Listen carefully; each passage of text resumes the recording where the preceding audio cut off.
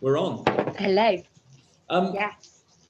Tell me a little bit, I mean, I know, but tell us a little bit about how kind of your journey into the fitness industry. Well, you know very well, don't you? Because I know. so I've always from young age enjoyed like working out. I was never the team sports girl. Like I know loads of people that go into personal training are people that do rugby or football or are really into team sports. That was not me as a kid at all. In fact, I in secondary school I probably would have avoided PE, but I liked being active. I've always liked being active. So for me, I liked activity. I didn't really enjoy the team sports thing. So as soon as I was old enough to drive myself to the gym, I'd go to the gym. So I used to go to Callington Sports Centre gym. I used to go there at 17. That. So I always worked out, and then I started running. So I started running rather than going to the gym because I was a student and it was free. And then I had, well, then when later on with the boys, I found it easier to go out for a run. But I was constantly getting injured and having issues going on and probably overtraining. You say boys. Forgive me if I've, your sons. Oh yeah, sorry. So yeah, just to skip back. Exercising. I forget that Nick doesn't. Other people don't know. So yeah, so I mean, I've skipped from 17 to like present day quickly, but 17, I was exercising. I went to university. I carried on using the gym. Then I started running because it saved me money, but just a little bit, not well, just a bit. And I got a bit more into running. And then what was I, 27, I think. I got pregnant with Hector, my first child. Is that right? He's just turned 11. Yeah, maybe, yeah. Yeah, 20, yeah, I think I had him when I was 28. So anyway, yeah, so I got pregnant with Hector, and I remember when Hector was born, I suddenly couldn't just do or disappear or do the things I needed to do. So Asa would look after him for like 20 minutes here and there, and I would go out for a run, and that was just easy for me to do, just go for a run. I say easy to do. At that point, it was really hard, but I still did go. But then I got more into it. I entered half marathons and did various different races just to challenge myself. But I probably wasn't training intelligently, as in I was just running, and I was probably running quite hard, quite a lot of the time, pushing myself. Probably too soon after having children, knowing what I know now. So there was a lot going on with my body that I probably needed to heal from before going out for a run. So I took quite a few years, but about 6 years ago, 7 years ago, I decided. No, 6. 7 years ago. How long? It might be coming up 7 this year. Anyway, 7 years ago, I decided to buy Asa some personal. It's my husband. Asa's my husband. Some personal training sessions for his birthday, and I sent this trainer in Tavistock a little message saying, that'd be Nick, saying that I was interested in getting some personal training for my husband. And he replied, and then about 10 minutes later, I emailed back saying, "Can I join in too? Do I have to just send him on his own?" So my lovely giving present for Asa actually became a gift for us both. And we did, I think I'd booked in for 8 weeks to begin with, just like 8 weeks personal training, which led nicely to my birthday. And then we booked in for another 8 weeks because we just liked it so much. It really helped me. And I know I'm jumping all over the place, but about 7, 8 years ago, about a year before I just started at the gym, I had, I think just from running all the time and getting ill and all sorts of things, I then did get a bug. And I had an autoimmune response to this infection. So I had something called rheumatic fever, and it affected my joints. So I was really quite unwell for quite a long time. And I didn't feel like I was ever going to be able to get back to where I was at that point. And I was almost scared of hurting myself. And I've never been like that before. So my joints were aching, and I was almost scared to do stuff. because I thought, oh, I can't do that yet because my joints are so hurting, so I can't do it. So going to the gym and doing controlled exercises to build up strength literally changed my life at that point, because not just to where I am now, but at that point I wasn't moving well. I wanted to get back into running, but I was scared to start running again because my joints were aching. And actually, in hindsight, there's probably a bit of muscle degeneration going on. I was probably aching more, and I needed to build up the strength to support my joints. So it was like this vicious cycle. I wasn't doing stuff, so I was getting weaker.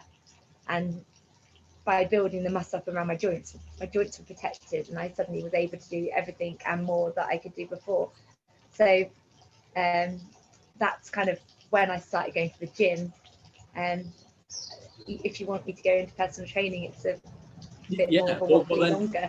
I suppose that being your kind of your fitness background, and then as you're now transitioning into training kind of at the studio with us and doing more strength work, then best decision I made. How many years ago do you reckon it was that you actually then 3 years ago? Oh, 3 years ago that I became a personal trainer. 3 years ago.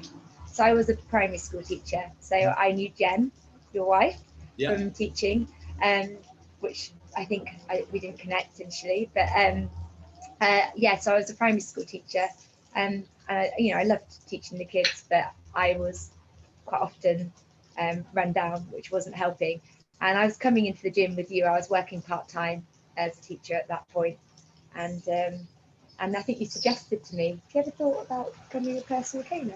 Scouted you for yeah, you scouted me, and I was like, well, I would love to, but is it something I can do? Like I definitely have always been the person that won't go and do something unless I feel really confident that I can do it. I need to get better at taking risks, but at that point I kind of needed you to tell me. So it's something I would always kind of love the idea of, but I needed you to say to me, have you thought about it, to almost give me permission that I'm not wrong to think I can. If that makes sense. It always felt like personal trainers are the guys like yourself that have played a lot of team sports in the past, and have lifted heavy weights all their life, or not all their life. And I kind of thought, oh, that's not me, but actually meatheads, dare I say it, meatheads. And I did discover a love of strength training, but I still felt like a bit of a fraud, if that makes sense. And I'm sure that rings true of a lot of people. I've seen girls go to your strength camp who feel like they don't belong at strength camp because they think that it's for a certain type of person. And I know that that's not true. Like, I know that's not true, but I definitely needed somebody to go, people will appreciate someone coming from a different point of view. I've realized even more now, and I'm not knocking guys training, but sometimes if you've got things you want to talk about, it's not always as easy to talk about with a guy. And so sometimes having a woman there as well is a nice option. So it's nice to have a range of people in a setting, people that are mums, people that are dads, and people that come from a team sport background, people that come from a running background, just having a mix. And that's so lovely to be part of a dynamic, different team now. Great to hear. So that's how you kind of got into the industry. And then how was, I suppose, obviously you're the same with anyone's fitness background is, if you then become a PT, is probably going to shape the way that you train people slightly. But then if you've got a combination of that and kind of how you've developed your training philosophy now that you use to train people. Okay, I think I understand. So you're saying I'm likely copied you. Yeah, I can hear. So the rain is just we'll just point out now, I was going to come on to this later, that Ruth is actually in Barbados at the moment, and it makes me feel a little bit better. This is just proof that is all I can hear is the rain in the background. Yeah, I'm basically sitting in the middle of the storm, and reassuring bit is that it does seem to just be sitting over my head. If I look out towards the coast and the blue skies, it's literally just around where I am. So the training philosophy, I've changed. so obviously I was trained by you. You were my personal trainer years ago. So I ended up, not in practice the way it was, taking on very much a similar style to you. And then I've always had similar viewpoints to you. I don't think we've ever really butt heads over philosophy or ideas. But I kind of, my thing is that most people I train are genuinely people. That's so rare. Yeah. So then, yeah. You go with it. Okay, it is easing off again now. So most people I train are normal people, and therefore I don't feel that it's right to expect athlete level consistency from those people, and they live in the real world. And so I think my philosophy would be trying to make people kind of function better in their normal life, not trying to change the world around them to fit this. It's trying to make everything kind of work together. Yes, you need to adapt and change because you're living a very unhealthy lifestyle. Things have got to change, but it's trying to get a balance. So when I see things about going on special diets and cutting out things and cutting out food groups or having to exercise at least 5 times a week or not having any carbs, for example. I mean, that's not how most people I know work, and they're managing to keep a decent, healthy diet. They're managing to stay feeling good. They're managing to look good. So I don't see why everyone else should have to do that either. So when somebody comes to the gym to me and says that they want to lose weight, for example, my way of doing it would be to look at what they're doing now and then try and improve the whole picture. So I know you do this as well, Nick, but it's not just what we do in the gym is a small part of everything that goes on, like the smallest part, because they only sometimes they get an hour with us a week, sometimes 2 or 3 hours a week. And we need to be able to help them understand everything else outside, which we can do to a point. So I guess my philosophy is to not expect perfection and try and improve each area of their life. So small habit changes, goals to set that aren't going to be expected too much too soon. And I've waffled. Does that make sense? Good waffling. Covered a lot.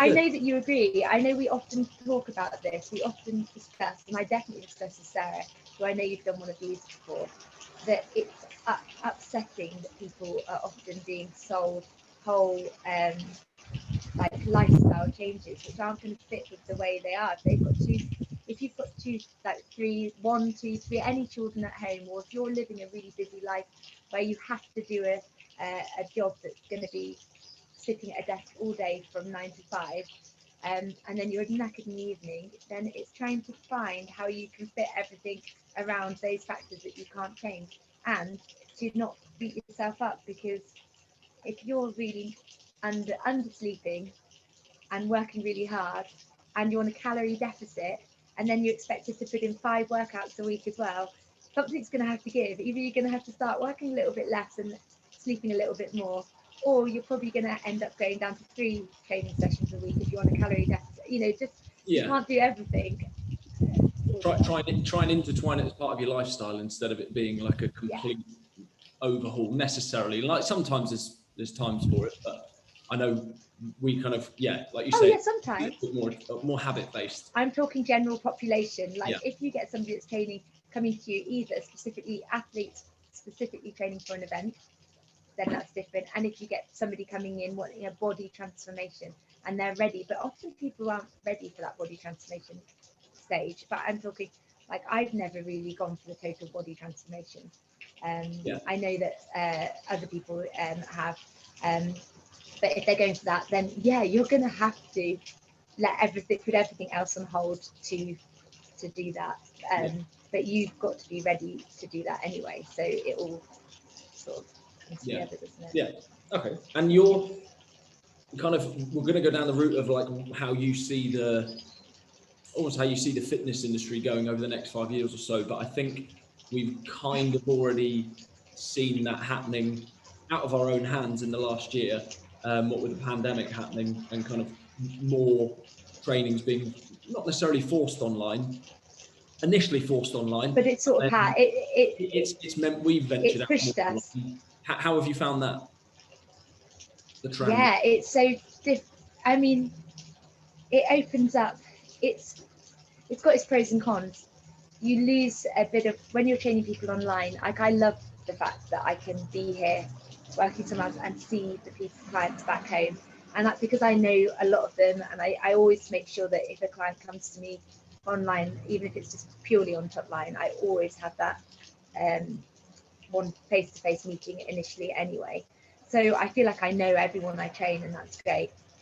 But it's different, and you coming into the gym setting is lovely. Like, I love it, and I love hands-on training people, and I know I'm going to miss that. But being pushed to online by COVID has had its benefits. You've got people, I find that I got some people that maybe didn't have time to come to the gym that actually can fit in an online session for an hour quite easily, because it's not 2 hours out of their day. So that sort of thing works really well. You know, you can show people, it's kind of pushing people to realize that it doesn't take too much equipment to be able to keep fit. You don't need, you can maintain fitness with not much equipment. Yes, if you're looking to improve heavy strength, or you're doing powerlifting, or you might struggle a little bit more with, unless you've got gym-based stuff at home, unless you've got your own setup at home, you're going to struggle. But yeah, we were pushed, but I think it's transitioned fairly nicely. I don't know how you find, because you're training groups mainly online, aren't you? Yeah, obviously we kind of run our like the online group stuff, and it's odd. As in, I think when it first happened and we went completely online, obviously there's that. I mean, it's something we've been speaking about for probably 2 or 3 years, that we should really. It's sort of with the people that need to be pushed before we're. Yeah. And instead of giving ourselves like a year to get it all ready, we were forced into about 24 hours to get it, ready and set up. So I think it's. And it took a bit of teething, didn't it? We had teething issues at the beginning, connections. But one thing, so I've got the one-to-one clients, and it works, I think, really well with the one-to-one clients, because I'm getting that constant verbal feedback from them. The only thing I find with the groups that I'm guilty of, you're much better for it than me, is that we mute people. We mute people because we're doing recording, and it jumps around on the recording if you don't mute people. So we mute people, and you're looking at their expressions, and I'm like, I think they're finding it easy. They seem fine. And then at the end, they're like, because I can't hear the puffing and the heavy sighing. So some of them are taken to coming up to the camera now to do this, to go, it's hard, which it really helps me. So you have to concentrate a little bit more to judge how people are finding it. You just get a barrage of messages afterwards with a lot of profanity in them. I blame you. So you probably get my messages. I go, it's hard, Nick wrote this one. So I know, I thought it was mean as well. You're a mum of 2 yourself. The boys are, how old are the boys? 9 and 11. 11. 10. They've only just changed ages, so that's probably why you. But do you think your experience as a mum has kind of shaped the way that you train other mums? Most definitely, and I would say it has made me drawn to that sort of client as well. I do train men as well, and I love training men. But when I get pregnant or prenatal postnatal client, I can relate back a little bit to my own experiences, and because of that, I went and did my pre and postnatal training, which I found really useful. But yeah, even I think I'm just more aware of what your body's gone through. So the healing afterwards, yes, you're taking a long time, but not even that. The things that you struggle with, and your insecurities once you are a parent, and your time struggles. I think I am just as you will be now, because it's not just women that are aware of this, just being a parent. So yes, the woman's body changes, and I won't make it personal about anyone, but or can make about me, but it's a bit of a shock actually, because you get pregnant, you've got a bump, and it's all fine, and then the bump disappears, and your baby, you're just like, oh, my body seems to have changed a bit, and it takes a little while to adjust to that change, and then you go through this kind of phase of doubt as to couldn't you ever get your body back? And there's certain bits that maybe don't change if you've got stretch marks or whatever, but you can regain yourself. And it took me a while to realize that. And so when I'm training people and they're talking to me about their body post children, I feel like I know where they are. And I'm also hyper aware now of things that I wasn't so sure about when I was pregnant. So having diastasis recti when you're that doesn't always go on its own. So you could even have a 3, 4, 5-year-old. Normally it has healed up by then, but you can still have some if it's never been healed properly, or if you were doing crunches really soon after having a baby, you could have widened that could be there. So it's worth looking at those areas. That diastasis recti is kind of almost like the separation, the gap, of the stomach, separation of stomach muscles, which can be above or below the belly button. So sometimes we just think it's down here, but sometimes it's below the belly button, and it doesn't always heal. So it's something that soon after having children, you need to be very gentle with your exercises you do on your abdominals. You think, oh, I've got some separation, I'm just going to work really hard, but actually that's completely the opposite of what you need to do, because they will separate more. So I'm aware of that when I see people that have got 5-year-olds and you see the stomach bulging, you're like, I think I just need to check if they've got that. And the same with pelvic floor issues. Sorry, this is like my favorite subject. But if you've got a 10-year-old and you're still leaking when you're doing high impact exercises, or older, or a 20-year-old, it isn't normal. And it doesn't mean it's not common, but it isn't normal. So you need to really correct that by doing lots of pelvic floor exercises. So I think I've realized you absolutely can. And that's the thing. Well, not always. Sometimes if there's been trauma, you need to have a little bit of operation, but the majority of the time it can be corrected. And the thing that, and this is why I'm so passionate about that, is because people are suffering needlessly. Often, like I say, if you've had a really traumatic birth and so on, you can have some trauma, and you need to go and see, regardless, you should probably go and see a women's health physio if you're having those issues of leaking, and then they'll be able to tell you if it's what's going on. Sorry, I've digressed into pelvic floor, but one of the thing that I get sorry, it's just I realise I'm not talking about me, but I'm talking about pelvic floor. It's coming in, it's happening. It would. One of the most common reasons for people to go into nursing homes when they're old is because of incontinence. But often that incontinence is actually something that needn't have happened if we'd been very conscious of our pelvic floor exercises. Yeah. And I just need to put this in there now that I've got an audience. It isn't just people that have had children. You can, after menopause, your pelvic floors can weaken. So you still need to do pelvic floor exercises. Same if you've had a C-section, doesn't mean you're legit okay. You still carried a child and pushed on your pelvic floor. And not just women. And men. Men too. Men need to do.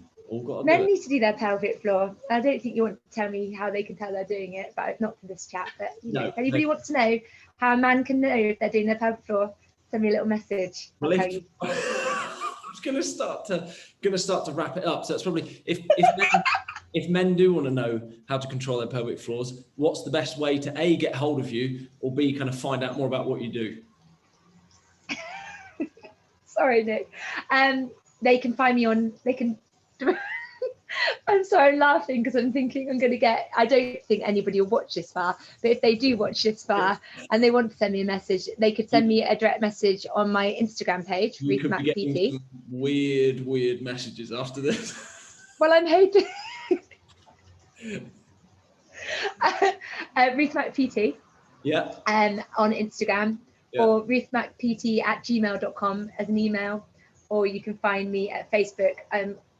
You can actually even message via NLFitness on Facebook as well, because I'll always pick it up from there. You could. Yeah, you can. Cool. Well, we'll leave it there. So if anyone has I'm got, sorry, I tend not just pelvic floor, but anything else, then ping them away. Yeah, I mean, I'm quite passionate about other things other than pelvic floor, but pre-postnatal health, pelvic floor, and I'm a big fan of going out for a run as well. So I'm still enjoying my running. That's not gone. Sound a little bit more normal. I'm not normal. If they want a normal person, I don't think any of the personal trainers at NLFitness are completely normal. No, we're just fun. But who wants to have completely normal people? You want a bit weird. Bro. Well, thanks for answering the questions, and we'll speak to you soon.